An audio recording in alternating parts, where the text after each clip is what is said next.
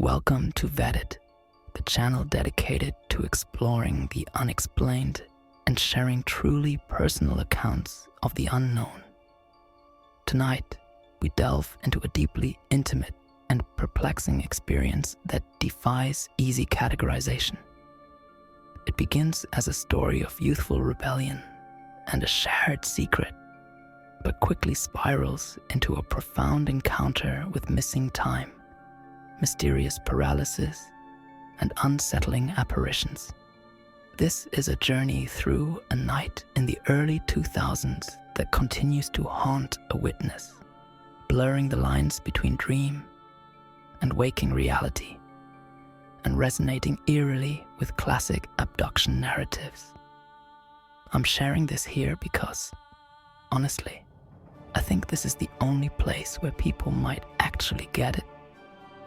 It's a night I've carried with me for years, the most mysterious of my life, a puzzle that still remains unsolved. It was several years ago, I think in the early 2000s. My girlfriend, freshly 18, invited me to sleep over at her apartment. She lived with her parents, as was common in many traditional households. Their building had 2 floors, plus an attic directly under the roof, a cramped, low-ceilinged space, usually used for storage. They had placed a bed there for her 27-year-old older brother, who occasionally came to visit the parents, so it wasn't a completely unused space. Now, her family was traditionally Italian, with deep-seated cultural norms, and her father was, let's just say, strict. Sharing a bed under his roof was absolutely forbidden. So our brilliant plan? Hide in the attic to sleep that night. Obviously, I felt a certain pressure. I was acutely aware that I absolutely did not want to have to explain myself to her father, especially given what I knew of his past in southern Italy. A past that wasn't exactly the most reassuring. We came home late that night, long after her parents had presumably gone to bed, trying to avoid running into them and risking immediate exposure. We snuck into the attic as discreetly as humanly possible, climbing the ladder with slow, deliberate movements, careful not to make a sound, desperate to remain unnoticed. Once we were both up there, we gently pulled the ladder up and into place, sealing ourselves into our hidden sanctuary. The plan was working perfectly. Then came the moment to fall asleep. We set the alarm for 7:30 a.m., reasoning that her parents would already be gone for work by then, minimizing our risk of discovery. We turned off the single, bare light bulb in the attic, plunging the space into near total darkness, illuminated only by the faint glow of distant streetlights filtering through a small window. We chatted for a little while, whispering secrets and sharing nervous laughter, just trying to drift off to sleep. But then I started hearing noises, lots of little footsteps on the roof. At first, my mind immediately rationalized it. I thought it must be cats or some wild animals. After all, her house was located on the outskirts of a forest, and nocturnal creatures were common. But gradually, as I lay there, listening intently in the dark, the footsteps became more numerous. And then they became very fast, far too fast for normal animals. I'd remembered with a jolt that the house was 3 stories tall to the attic. Even cats would struggle to climb all the way up there, especially in such large numbers, at least 5 or 6 distinct sets of frantic, scuttling movements. They were moving with an unnerving intensity, a chaotic dance right above our heads. I nudged my girlfriend. "Do you hear that? Is this normal?" After a moment of listening, of shared bewilderment in the dark, she hesitantly said yes. She had never heard anything like it before. That immediate corroboration, her surprise, confirmed it wasn't just my imagination. Eventually, overwhelmed by fatigue, we tried to ignore it, telling ourselves it was just some odd animal behavior, and we finally fell asleep. Suddenly, in the middle of my sleep, I woke up abruptly to something truly terrifying. It wasn't a gentle awakening. It was an abrupt jolt into a state of oppressive awareness. I immediately started feeling oppressed, as if an immense, unseen weight had settled over my entire body. It was impossible to move anything, not even a single finger, not a muscle. My body was completely held down, pinned to the bed by an invisible force.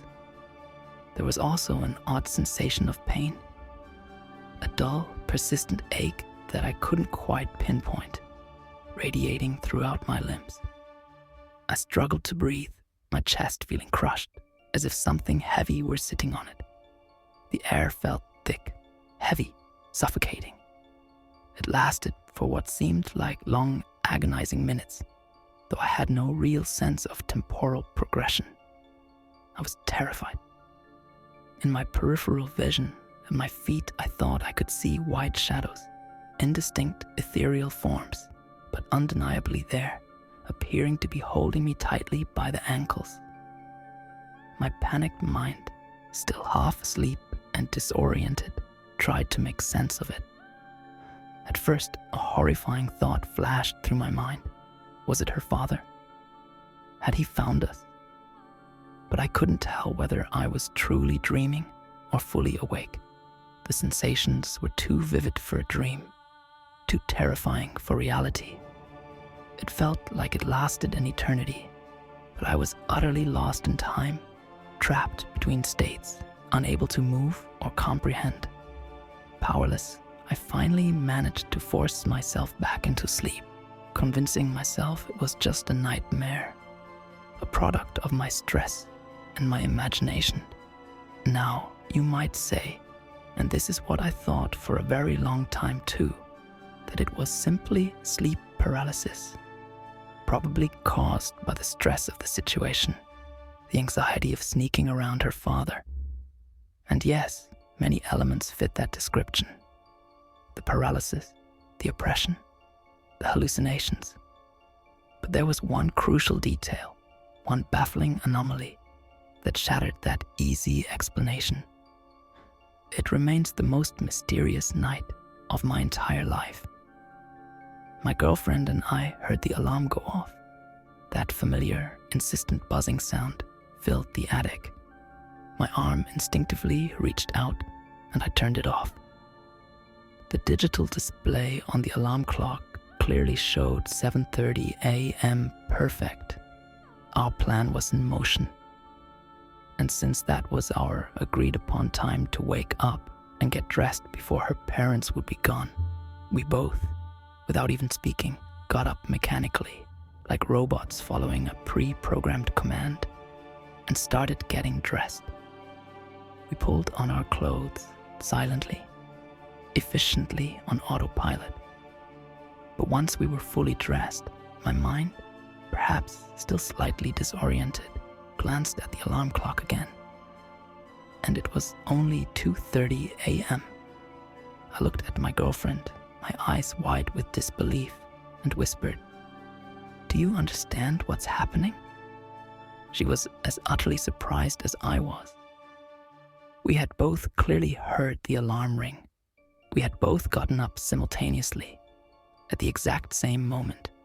We had both fully, consciously gotten dressed. And yet, it was still the middle of the night.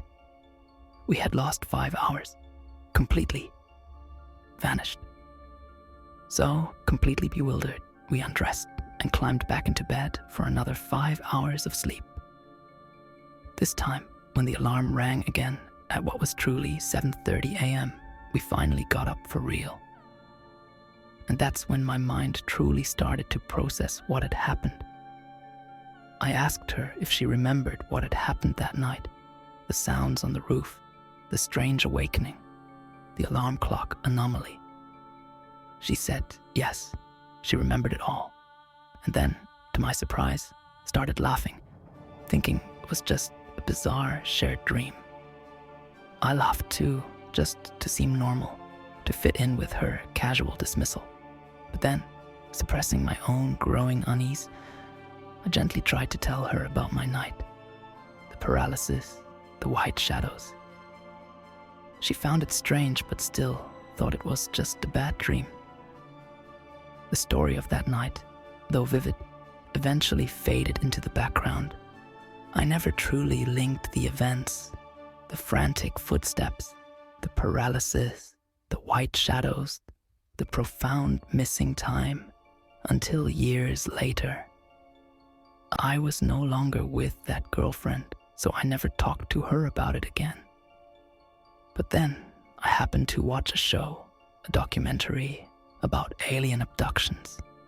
And as the show described a sequence of events eerily similar to what I had experienced, the initial strange sounds, the inexplicable paralysis, the sense of being held, the baffling missing time, the inexplicable return to bed, a cold wave of realization washed over me. It was all there. My story, once dismissed as a bad dream or sleep paralysis, suddenly had a terrifying, profound context. The more I think about it, the more I want to understand. And then there's another piece to this puzzle. Something that now, in retrospect, resonates deeply with the abduction hypothesis. I have a perfect triangle raised scar on my pinky finger. It's been there for as long as I can consciously remember, meaning I would have acquired it when I was a very young child, likely before I was 5 years old. It's always just been a scar, a quirky mark. But I had what I think was a dream, so vivid and impactful that it has stuck in my head for decades. In this dream, a man dressed in a distinct brown suit with a long coat and a matching fedora, looking exactly like a 1940s noir-style detective, appeared before me. And he told me, quite clearly, that this scar was a mark from your abduction. That dream has stuck in my head for decades, a persistent echo. And the 30-plus-year-old triangle scar is still there, unchanged, a quiet, physical enigma on my body, adding another layer of profound, unsettling mystery to my life, suggesting a lifelong connection that predates even the attic incident. Should I try hypnosis to revisit that night, to unlock any hidden memories that might explain those lost 5 hours, that terrifying paralysis, those white shadows? I'm hesitant, as I don't personally believe in hypnosis in the way it's often portrayed, and I don't think it would work on me if it's merely a suggestion. But the desire to understand is powerful. What do you think? Have any of you had similar experiences, particularly the baffling missing time associated with an alarm clock, or strange physical marks linked to enigmatic dreams? My memory of this night is already crystal clear, but the meaning of it is still a vast unknown. This compelling account of an unexplained event, terrifying paralysis, baffling missing time, and a startling physical clue from dream, offers a powerful glimpse into the profoundly personal and often bewildering nature of anomalous experiences. The witness's clear recollection, coupled with the girlfriend's partial corroboration of the auditory events and the alarm clock anomaly, makes this a truly intriguing case that challenges simplistic explanations. What are your thoughts on this story? Have you experienced missing time, strange light phenomena, or unexplained marks that defy conventional explanation? Share your insights and experiences in the comments below. Don't forget to like this video. Subscribe to Vetted for more true encounters and explorations of the unexplained, and hit the notification bell so you don't miss our next upload. Let's keep the conversation going.